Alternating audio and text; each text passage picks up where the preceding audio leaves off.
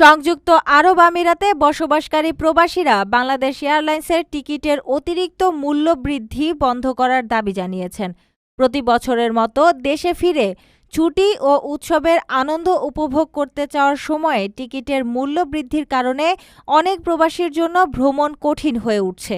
বিশেষ করে হজ মৌসুম এবং পবিত্র রমজান ও ঈদুল আজহার সময় প্রবাসীরা সরকারের নজরদারি কামনা করেছেন।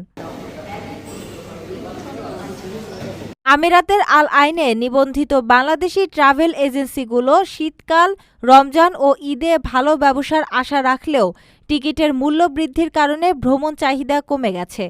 নেক্সট ট্যুর টাইপিং অ্যান্ড ট্রাভেলসের পরিচালক আবু হায়দার মোহাম্মদ মাহের বলেন, বাংলাদেশ বিমানের টিকিটের দাম যতটা সম্ভব কম রাখা হোক। হ্যালো দুবাইয়ের ব্যবস্থাপনা পরিচালক সাইদুর রহমান প্রবাসীদের পরামর্শ দিয়েছেন, ঈদ কেন্দ্রিক টিকিট অন্তত 2 মাস আগে বুক করতে।